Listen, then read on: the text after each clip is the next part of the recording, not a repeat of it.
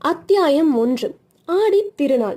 ஆதி அந்தமில்லா கால வெள்ளத்தில் கற்பனை ஓடத்தில் ஏறி நம்முடன் சிறிது நேரம் பிரயாணம் செய்யுமாறு நேயர்களை அழைக்கிறோம். வினாடிக்கு 1 நூற்றாண்டு வீதம் எளிதில் கடந்து இன்றைக்கு 982 ஆண்டுகளுக்கு முந்தைய காலத்திற்கு செல்வோமாக. தொண்டை நாட்டுக்கும் சோழ நாட்டுக்கும் இடையில் உள்ள திருமுனைப்பாடி நாட்டின் தென்பகுதியில் தில்லை சிற்றம்பலத்திற்கு மேற்கே 2 காத தூரத்தில் அலைகடல் போன்ற ஒரு ஏரி விரிந்து பறந்து கிடக்கிறது. அதற்கு வீரநாராயண ஏரி என்று பெயர். அது தெற்கு வடக்கில் 1.5 காத நீளமும் கிழக்கு மேற்கில் 1/2 காத அகலமும் உள்ளது. காலப்போக்கில் இதன் பெயர் சிதைந்து இந்நாளில் வீராணத்தி ஏரி என்ற பெயரால் வழங்கி வருகிறது. புது வெள்ளம் வந்து பாய்ந்து ஏரியில் நீர் நிரம்பி ததும்பி நிற்கும் ஆடி ஆவணி மாதங்களில் வீர நாராயண ஏரியை பார்ப்பவர் எவரும் நம்முடைய பழந்தமிழ்நாட்டு முன்னோர்கள் தங்கள் காலத்தில் சாதித்த அரும்பெரும் காரியங்களை குறித்து பெருமிதமும் பெரு வியப்பும் கொள்ளாமல் இருக்க முடியாது. நம் மூதாதையர்கள் தங்களுடைய நலனுக்கும் தங்கள் காலத்திய மக்களின் நலனுக்கும் உரிய காரியங்களை மட்டுமா செய்தார்கள்? தாய் திரு நாட்டில் தங்களுக்கு பிற்காலத்தில் வாழையடி வாழையாக வரப்போகும் 1000 கால சந்ததியர்களுக்கும் நன்மையை பயக்கும் மாபெரும் செயல்களை நிறைவேற்றிவிட்டு போனார்கள் அல்லவா? ஆடி திங்கள் 18ஆம் நாள் முன் மாலை நேரத்தில் அலைகடல் போல் பறந்து விரிந்திருந்த வீர நாராயண ஏரிக்கரை மீது ஓர் வாலிப வீரன் குதிரை ஏறி பிரயாணம் செய்து கொண்டிருந்தான். அவன் தமிழகத்து வீர சரித்திரத்தில் புகழ்பெற்ற வானர்குலத்தை சேர்ந்தவன். வல்லவரையன் வந்தியத்தேவன் என்பது அவன் பெயர். நெடுந்தூரம் பிரயாணம் செய்து அலுத்து களைத்திருந்த அவனுடைய குதிரை மெல்ல மெல்ல நடந்து சென்று கொண்டிருந்தது. அதை பற்றி அந்த இளம் வீரன் கவலைப்படவில்லை. அகண்டமான அந்த வீர நாராயண ஏரியின் தோற்றம் அவன் உள்ளத்தை அவ்வளவாக வசீகரித்திருந்தது. ஆடி 18ஆம் பெருக்கன்று சோழ நாட்டு நதிகளெல்லாம் வெள்ளம் இருக்கரையும் தொட்டுக்கொண்டு ஓடுவது வழக்கம். அந்த நதிகளிலிருந்து தண்ணீர் பெறும் ஏரிகள் பூரணமாக நிரம்பி கரையின் உச்சியை தொட்டுக்கொண்டு அலை மோதி கொண்டிருப்பது வழக்கம். வடகாவேரி என்று பக்தர்களாலும் கொள்ளிடம் என்று பொதுமக்களாலும் வழங்கப்பட்ட நதியிலிருந்து வடவாற்றின் வழியாக தண்ணீர் வந்து வீர நாராயண ஏரியில் பாய்ந்து அதை ஒரு பொங்கும் கடலாக ஆக்கியிருக்கிறது. அந்த ஏரியின் 74 கணவாய்களின் வழியாகவும் தண்ணீர் குமுகுமு என்று பாய்ந்து சுற்று பக்கத்தில் நெடுந்தூரத்திற்கு நீர்வளத்தை அள்ளி தெளித்து கொண்டிருந்தது. இந்த ஏரி தண்ணீரை கொண்டு கண்ணு கெட்டிய தூரம் கழனிகளில் உழவும் விரை தெளிவும் நடவும் நடந்து கொண்டிருந்தன. உழுது கொண்டிருந்த குடியானவர்களும் நடவு நட்டு கொண்டிருந்த குடியான பெண்களும் இனிய இசைகளில் குதூகலமாக ஆங்காங்கே பாடிக்கொண்டிருந்தார்கள். இதையெல்லாம் கேட்டுக்கொண்டு வந்தியத்தேவன் களைத்திருந்த குதிரையை விரட்டாமல் மெதுவாக போய்கொண்டிருந்தான். ஏரிக்கரை மீது ஏறியதிலிருந்து அந்த ஏரிக்கு 74 கணவாய்கள் உண்டு என்று சொல்லப்படுவது உண்மைதானா என்று அறிந்து கொள்ளும் நோக்கத்துடன் அவன் கணவாய்களை எண்ணிக்கொண்டே வந்தான். ஏறக்குறைய 1.5 காத தூரம் அவன் அந்த மாபெரும் ஏரிக்கரையோடு வந்த பிறகு 74 கணவாய்களை எண்ணியிருந்தான். ஆஹா, இது எவ்வளவு பிரம்மாண்டமான ஏரி! எத்தனை நீளம், எத்தனை அகலம்! தொண்டை நாட்டில் பல்லவ பேரரசர்களின் காலத்தில் அமைந்த ஏரிகளையெல்லாம் இந்த ஏரிக்கு முன்னால் சிறிய குளங்குட்டைகள் என்றே சொல்ல தோன்றும் அல்லவா? வடகாவேரியில் வீணாக சென்று கடலில் விழும் தண்ணீரை பயன்படுத்துவதற்காக மதுரை கொண்ட பராந்தகரின் புதல்வர் இளவரசர் ராஜாதித்தர் இந்த கடல் போன்ற ஏரியை அமைக்க வேண்டுமென்று எண்ணினாரே. எண்ணி அதை செயலிலும் நிறைவேற்றினாரே. அவர் எப்பேற்பட்ட அறிவாளியாக இருந்திருக்க வேண்டும்! வீர பௌருஷத்திலேதான் அவருக்கு இணை வேறு யார்? தக்கோலத்தில் நடந்த போரில் தாமே முன்னிலையில் யானை மீது ஏறி சென்று போரிட்டார் அல்லவா? போராடி பகைவர்களின் வேலை மார்பிலே தாங்கிக் கொண்டு உயிர் நீத்தார் அல்லவா? அதனாலேதான் யானை மேல் துஞ்சிய தேவர் என பெயர் பெற்று வீர சொர்க்கம் அடைந்தார் அல்லவா? இந்த சோழகுலத்து மன்னர்களே அதிசயமானவர்கள்தான். அவர்கள் வீரத்தில் எப்படியோ அப்படியே அறத்திலும் மிக்கவர்கள். அறத்தில் எப்படியோ அப்படியே தெய்வ பக்தியிலும் சிறந்தவர்கள். அத்தகைய சோழகுல மன்னர்களுடன் நட்புரிமை கொள்ளும் பேறு தனக்கு கிடைத்திருப்பது பற்றி நினைக்க நினைக்க வந்தியத்தேவனுடைய தோள்கள் பூரித்தன. மேற்கு திசையிலிருந்து வீச்சென்று அடித்த காற்றினால் வீர நாராயண ஏரி தண்ணீர் அலை மோதிக்கொண்டு கரையை தாக்கியது போல் அவனுடைய உள்ளமும் பெருமிதத்தினால் பொங்கி ததும்பிற்று. இப்படியெல்லாம் எண்ணிக்கொண்டு வீர நாராயண ஏரிக்கரையின் தென்கோடிக்கு வந்தியத்தேவன் வந்து சேர்ந்தான். அங்கே வடகாவேரியிலிருந்து பிரிந்து வந்த வடவாறு ஏரியில் வந்து சேரும் காட்சியை கண்டான். ஏரிக்கரையிலிருந்து சிறிது தூரம் வரையில் ஏரியின் உட்புறம் படுகையாக அமைந்திருந்தது. வெள்ளம் வந்து மோதும் போது கரைக்கு சேதம் உண்டாகாமல் இருக்கும் பொருட்டு அந்த படுகையில் கருவேல் மரங்களையும் விலா மரங்களையும் நட்டு வளர்த்திருந்தார்கள். கரையோரமாக நாணல் அடர்த்தியாக வளர்ந்திருந்தது. தென்மேற்கு திசையிலிருந்து இருபுறமும் மர வரிசையுடன் வடவாற்றின் வெள்ளம் வந்து ஏரியில் கலக்கும் காட்சி சற்று தூரத்திலிருந்து பார்க்கும் பொழுது அழகிய வர்ணக்கோலம் போட்டது போல் காணப்பட்டது. இந்த மனோகரமான தோற்றத்தின் இனிமையையும் குதூகலத்தையும் அதிகப்படுத்தும்படியான இன்னும் சில காட்சிகளை வந்தியத்தேவன் அங்கே கண்டான். அன்று 18ஆம் பெருக்கு திருநாள் அல்லவா? பக்கத்து கிராமங்களிலிருந்து தந்த நிற தென்னங்குருத்துக்களால் சப்பரங்கள் கட்டி இழுத்து கொண்டு கும்பல் கும்பலாக அங்கே வந்து கொண்டிருந்தார்கள். ஆண்களும் பெண்களும் குழந்தைகளும் சில வயோதிகர்களும் கூட புதிய ஆடைகளை அணிந்து விதவிதமான அலங்காரங்கள் செய்து கொண்டு வந்தார்கள்.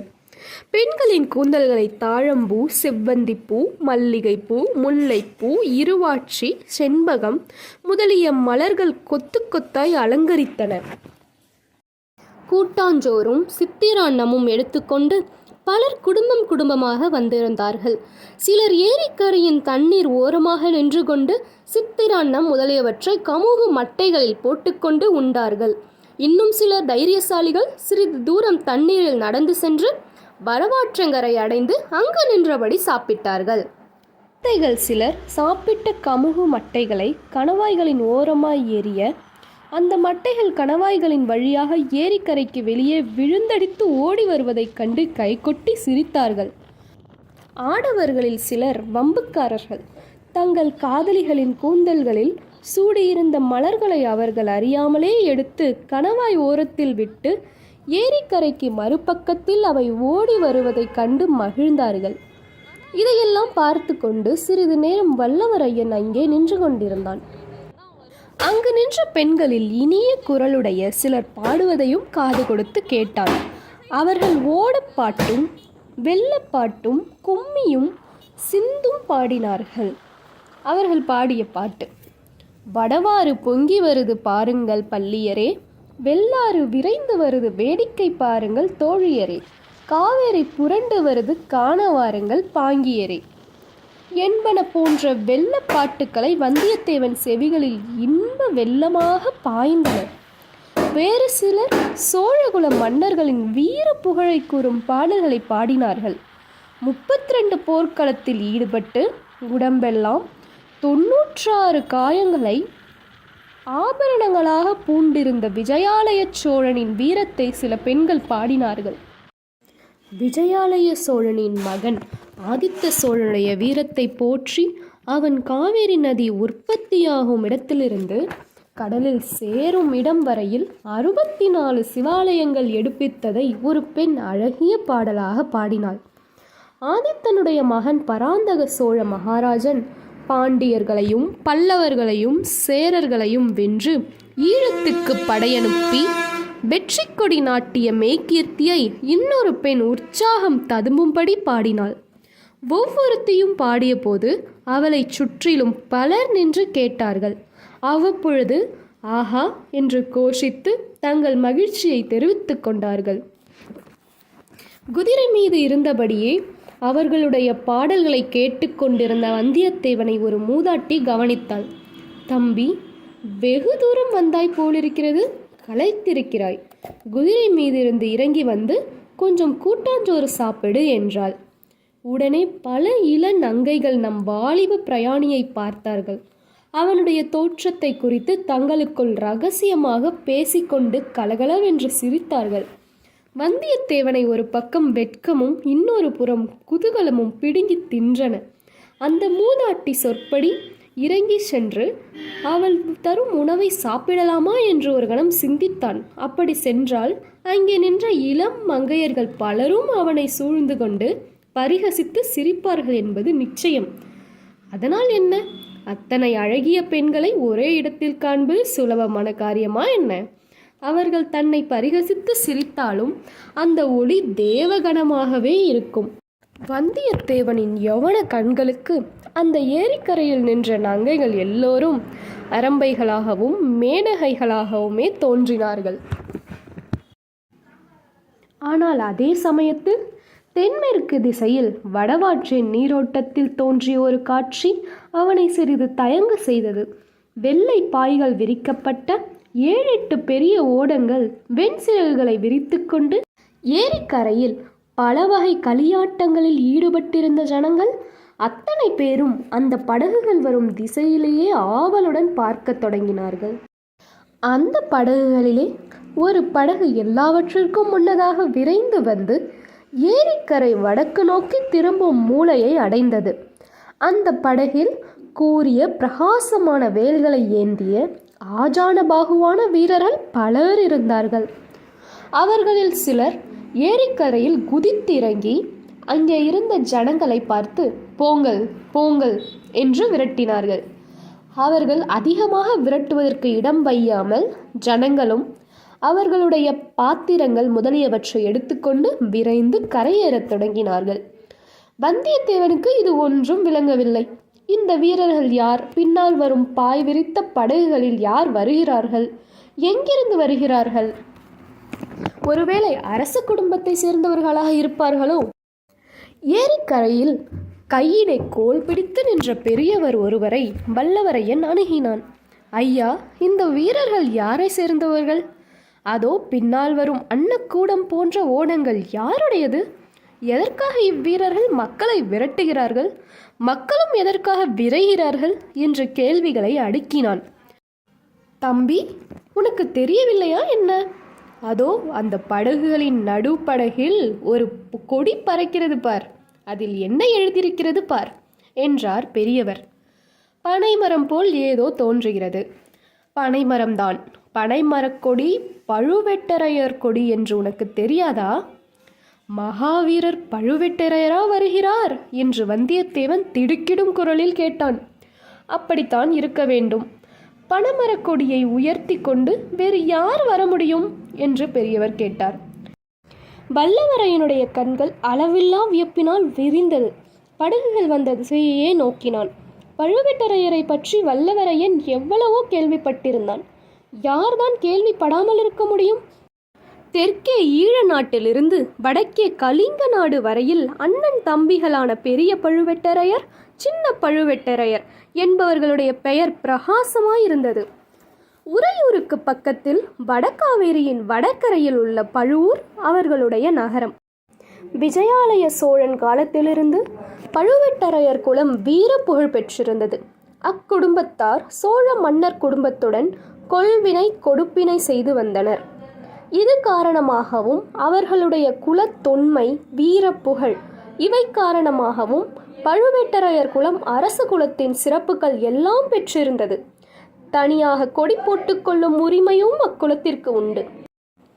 இப்போதுள்ள பழுவேட்டரையர் இருவரில் மூத்தவர் 24 போர்க்களங்களில் ஈடுபட்டவர்.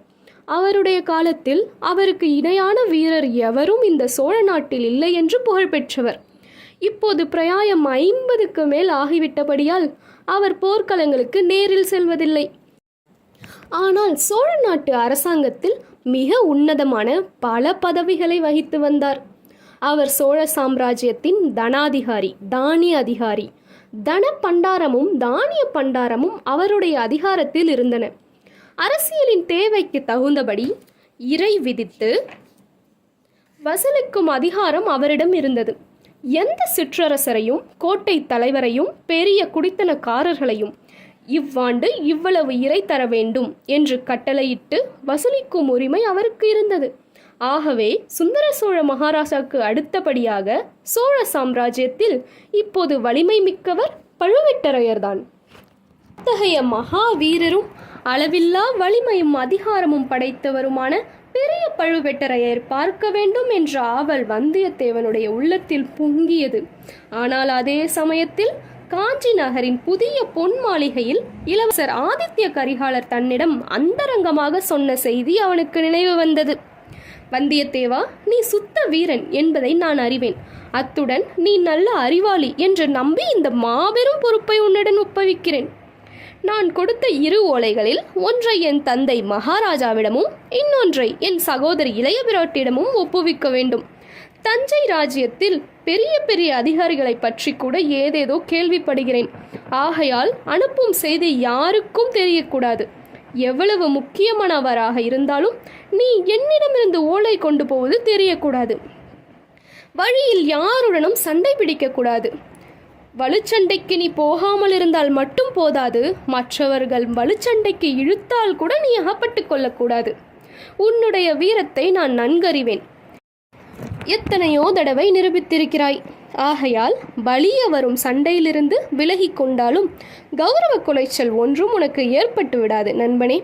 முக்கியமாக பழுவேட்டரையர்களிடமும் என் சிறிய தந்தை மதுராந்தகரிடமும் நீ மிக ஜாக்கிரதையாக நடந்து கொள்ள வேண்டும். அவர்களுக்கு நீ இன்னான் என்று கூட தெரியக்கூடாது. நீ எதற்காக போகிறாய் என்று அவர்களுக்கு கண்டிப்பாக தெரியக்கூடாது. சோழ சாம்ராஜ்யத்தின் பட்டத்திற்குரிய இளவரசரும் வடதிசை சைன்யத்தின் மாதண்ட நாயகருமான ஆதித்ய கரிகாலர் இவ்விதம் சொல்லியிருந்தார். மேலும் வந்தியத்தேவன் நடந்து கொள்ள வேண்டிய விதங்களை பற்றியும் படித்து படித்து கூறியிருந்தார். இவையெல்லாம் நினைவுக்கு வரவே பழுவேட்டரையரை பார்க்க வேண்டும் என்ற ஆவலை வல்லவரையன் அடக்கிக் கொண்டான். குதிரையை தட்டிவிட்டு கொண்டு வேகமாக செல்ல முயன்றான். என்ன தட்டிவிட்டாலும் களைப்புற்றிருந்த அந்த குதிரை மெதுவாகவே சென்றது. இன்றிரவு கடம்பூர் சம்புவரையர் மாளிகையில் தங்கிவிட்டு நாளை காலையில் புறப்படும்போது வேறு நல்ல குதிரையை சம்பாதித்து கொண்டே கிளம்ப வேண்டும் என்று மனதிற்குள் தீர்மானித்து கொண்டான் வந்தியத்தேவன்.